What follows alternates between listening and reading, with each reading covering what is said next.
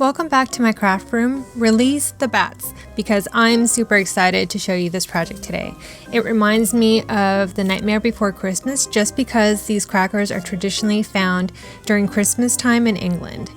To make this project, you'll need cardstock, glue, ribbon, tissue paper crown, a joke or riddle, games, candy, small gift, novelty item, and the most important thing, cracker snaps.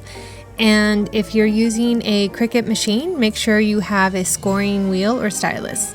To start, import the file to Cricut Design Space and change the horizontal and vertical lines into scoring lines. Then send your project to cut. You can also cut and score this by hand if you don't have a Cricut or similar machine.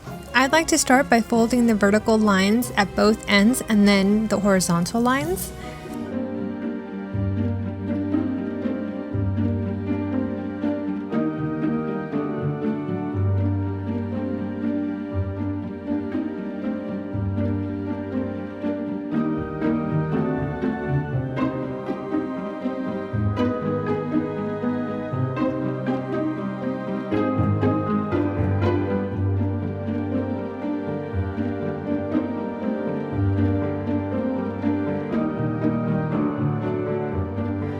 When I'm done with that, I measure the snap and it looks like I need to cut off an inch at both ends to shorten them, and then I glue them down.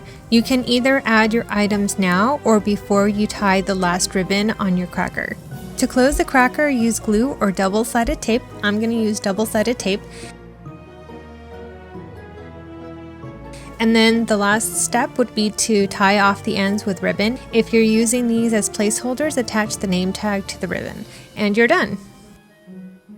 These are sure to be a bang at your next dinner party. It's a great icebreaker and it will give your guests something to do while you put the finishing touches on your dinner. I hope you enjoyed this tutorial. Don't forget to like and subscribe to my channel and click the bell to get notifications.